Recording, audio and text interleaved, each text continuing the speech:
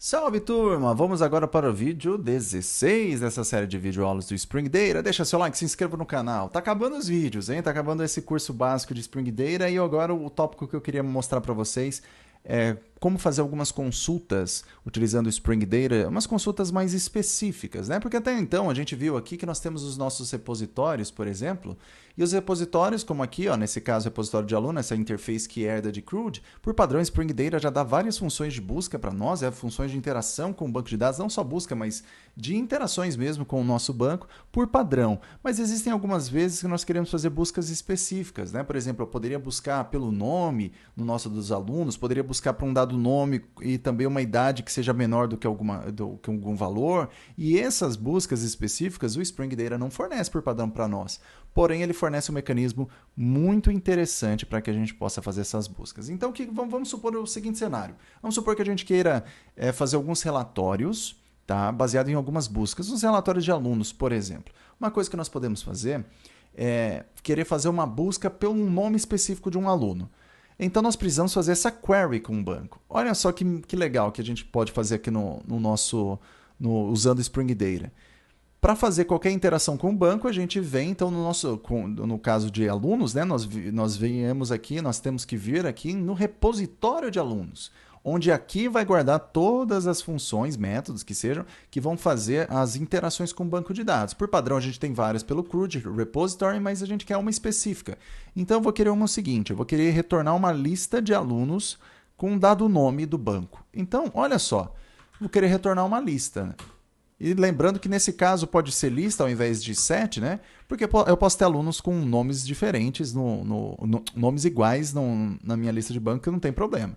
Então eu vou ter uma lista de alunos e eu vou fazer uma função para retornar essa lista de alunos. Então uma coisa que eu posso fazer aqui, ó, posso ter aqui, por exemplo, um public, né?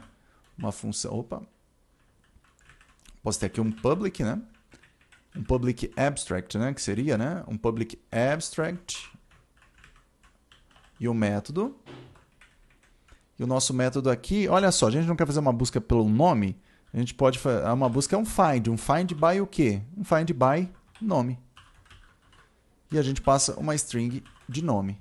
A gente pode fazer simplesmente isso. Fazendo isso, assumindo essa convenção aqui do Spring Data, por padrão, por debaixo, o Spring Data vai montar SQL certinho para a nossa entidade aluno, que está sendo mapeada pelo esse repository, e vai montar, ele quer buscar um atributo nome. Então, vai deixar esse nome aqui, né, esse atributo em camel case, né, com a primeira letra minúscula e toda a palavra com maiúscula, né, nesse caso só vai ter o nome mesmo, e vai montar, vai fazer a SQL, o SQL correto, né, exatamente passando esse nome. Simples assim. Com só essa linha de código, a gente já tem uma função que busca um aluno do banco com o nosso nome. Aqui ele vai achar aqui o IntelliJ, ó, porque ó, o modificador abstrato é redundante para métodos da interface, né? Então, lembrando, né, quando a gente tem método de interface, a gente não precisa colocar um public abstract. É simplesmente deixar assim, por padrão, o Java já entende que esse método vai ser público e vai ser abstrato por se tratar de uma interface, né? Então, conceitos básicos de Java. Então, beleza, para nós testarmos isso, eu vou criar um outro repositório aqui, ó, no nosso pacote de repositório, que eu vou chamar, por exemplo, de relatório aluno service. Não é repositório, né? Na verdade é service. Então, deixa eu colar aqui, eu estou no pacote errado, então eu vou vir criar um service, na verdade.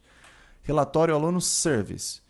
Muito bem, nós temos esse novo serviço, que vai ser uns relatórios que nós vamos colocar. Então, a primeira coisa a gente tem que colocar é a anotação de service, né? Porque o Spring, ele cria esses objetos para nós e injete automaticamente. Uma coisa como nós vamos fazer consultas com o nosso banco de dados, os métodos de consulta estão no nosso repositório de alunos. Então, eu vou ter um private aluno, né? Aluno repository. Eu posso vir aqui, ó, e fazer a geração, ó, gerar um construtor, passando o nosso parâmetro aqui, ó, que é para o construtor. Então, o nosso construtor do nosso serviço vai ter o aluno repositório, passado por parâmetro, que vai ser injetado, criado e injetado automaticamente pelo Spring, como a gente está vendo, cansado de ver todos esses vídeos aqui desse curso. Então, eu vou vir aqui no meu aluno repositório, não, na verdade, no meu aluno serviço, eu vou copiar aquela função de menu.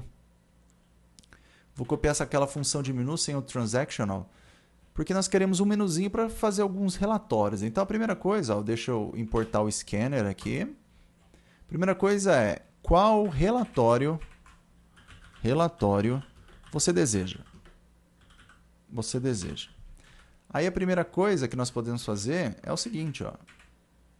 Nós podemos aqui, na verdade, ao invés de falar relatório de aluno, eu posso fazer, vamos dar um refactor, vou colocar um relatório, um serviço de relatório geral, que seria vários relatórios aqui, então um serviço de relatório geral.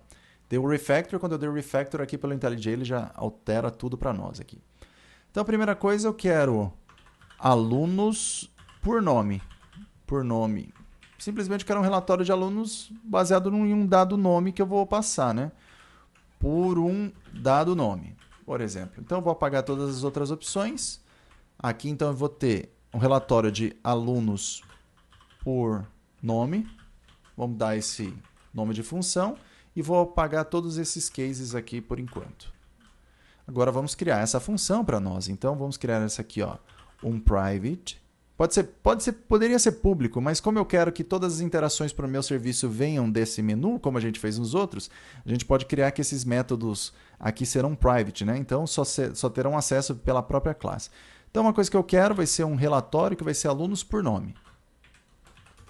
Simplesmente isso que eu quero. Aí eu vou passar o scanner também, porque nós vamos digitar o nome do aluno que nós queremos, né? Então aqui vai ser um scanner. Muito bem. Eu vou copiar aqui, pessoal, do nosso CRUD de serviços, eu vou copiar aqui, cadê? A parte de cadastrar, ó, exatamente isso que a gente quer. Vamos digitar somente o nome. Digitamos o nome. E agora, olha só que legal, a gente vai ter uma lista, então, de aluno. Cadê? Aluno, tá aqui. Que vamos chamar de alunos. E agora a gente chama o nosso repositório, o nosso aluno repositório, find by nome. Olha só, ele já até deu a função para nós, um find by nome. E qual que é o nome, a string que nós vamos procurar? É um nome. Simples assim. Para finalizar, o que a gente pode fazer é mandar imprimir esses alunos, né, para ver o que dá certo, né? Nós vimos nos primeiros vídeos algumas maneiras de imprimir os alunos, né? A gente poderia fazer simplesmente o jeito que a gente tem feito, né? Para cada aluno, 2 pontos alunos, então para cada valor dessa collection a gente pode dar um system.out.println, isso aqui vai funcionar, né? Desse jeito aqui, aluno, vai funcionar.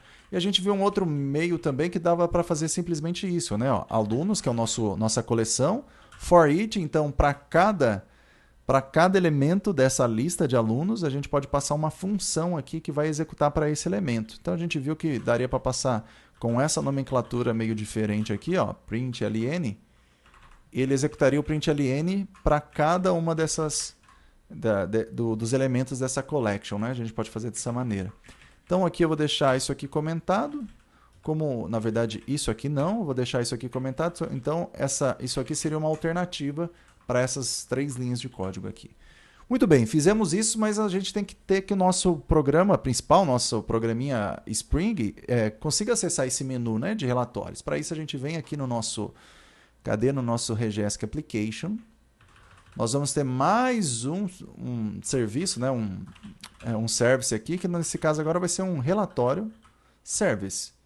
Que nós vamos ter um relatório service aqui. Então, para deixar alinhado, eu vou colocar aqui. Esse relatório service, então, a gente tem que colocá-lo... Ele é um serviço, né? Tem a notação de service. A gente tem que fazer assim, então, ó, declará-lo aqui no nosso construtor da nossa aplicação, para que ele seja injetado automaticamente pelo Spring. E aqui eu vou colocar, então, ó, qual entidade você deseja interagir.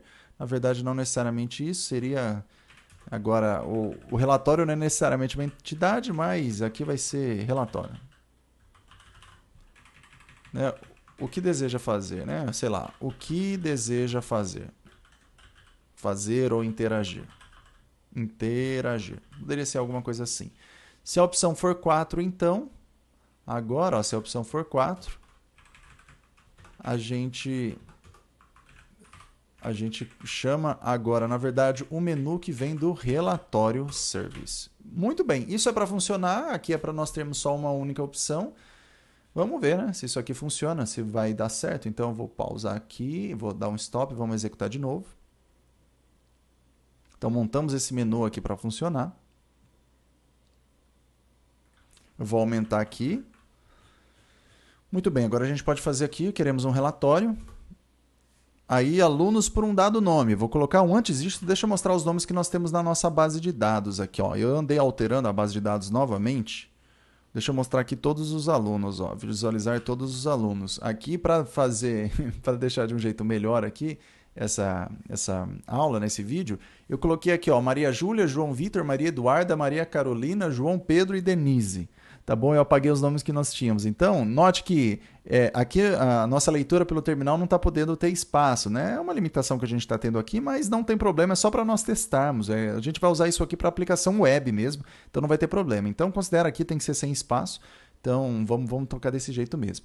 Então, olha só, na hora da gente querer fazer um relatório, um aluno, eu tenho nesse caso, find by nome vai procurar por um nome, só que ele vai procurar string, tem que ser exatamente a mesma coisa. Então, seria assim, se eu fizesse essa pergunta, eu vou copiar aqui Maria Eduarda. Aí ele traria para nós, Maria não deu para copiar, mas Maria Eduarda, ele traria todos os registros que tem na nossa tabela de alunos, cujo nome é Maria Eduarda, mas o nome tem que ser exatamente o mesmo. Nesse caso, a gente só tem uma única Maria Eduarda. Então, o nome tem que ser exatamente o mesmo. Se eu colocar simplesmente Maria aqui, ó, ele não trouxe ninguém. Mas, ó, note aqui, ó, uma coisa interessante que o Hibernate já monta bonitinho a nosso método só usando essa convenção do find by e o nome do atributo da tua classe, da tua entidade que você quer fazer. Então, olha como ele busca, né, todas as colunas daquela tabela. E daí ele tem aqui from a tabela aluno, onde aluno é igual a um dado nome. Então está tendo isso. Mas a gente pode fazer um pouquinho melhor. Se você olhar aqui na internet, ó, tem aqui na documentação do Spring Data JPA, você vai ver aqui ó, nessa parte de 6, ó, JPA Repositories, você vai ver essa parte de Query Methods. E aqui vai mostrar, pessoal, para vocês exatamente o que nós estamos vendo aqui, que é o que a gente pode usar, essa convenção que a gente pode fazer nos repositórios para a gente fazer essas buscas de maneira mais rápida, né? Sem ter que montar nenhuma SQL. Então, a gente colocou o find by, né? Que era o padrão, né? Do que tem, mas aqui a gente tem, por exemplo, temos aqui cadê o starting with? Então, ó, se nós colocarmos isso aqui, ó, então find by nome starting with, ele vai procurar todo nome que começa com uma data string que a gente vai passar. Então, a gente pode usar isso. Ó. Ao invés de usar aqui no nosso repositório, vamos matar aqui a nossa aplicação. Ao invés de usar aqui no nosso repositório, aluno repository, find by nome, a gente pode colocar find by nome starting with. Então, quando eu faço isso, quando a gente passar o nome, esse nome que a gente passou, na verdade, vai ser o começo. Ele vai procurar todos os registros da tabela de alunos, na coluna nome, os nomes que começam com exatamente essa string. A gente poderia colocar isso. Aqui está falando que está dando problema porque aqui no nosso serviço está com o nome errado, né? Então a gente tem que fazer assim, ó, starting with. Vamos ver agora se vai dar certo. Se eu passar só Maria, ele vai comparar todos os registros dos alunos que começam com o nome, né, Maria. Vamos ver se vai dar certo. Então vou aumentar aqui. Então relatório. Alunos por um dado nome. Vamos lá, Maria. Olha só que maravilha. Trouxe os 3 nomes que começam com Maria. Só que se eu digitasse agora, por exemplo, isso é o nome que começa, tá? Se eu digitasse aqui, por exemplo, Maria menor, ó, não vai dar certo. Ah, até trouxe. Então ele tá fazendo, para mim não ia dar certo. Olha só que legal. Ele já tá deixando todo mundo ou minúsculo ou maiúsculo e fez essa comparação automaticamente para nós. Isso aqui eu fiquei surpreso agora. Mas então que legal. A gente colocar até o nome minúsculo funciona. Mas se eu colocasse agora, por exemplo, Aria sem o M, aí não dá certo, porque ele vai comparar exatamente se essa string que você passou, se os nomes possuem esse comecinho que você está utilizando. Note que tem muitas outras coisas. Se eu quisesse fazer essa busca por Aria, eu poderia colocar aqui esse ao invés de starting with, poderia substituir por esse containing. Então, procure, né, find by nome, procure por o nome contendo essa substring que a gente vai passar. Então, ele procuraria por tudo isso. Então, vamos testar aqui rapidinho. É só simplesmente eu vir aqui, ó, e alterar o starting with por containing. E agora a gente vem aqui e substitui, ó, find by nome ao invés de starting with por containing. Aí eu dou um stop aqui. Aí aqui a gente dá um play de novo.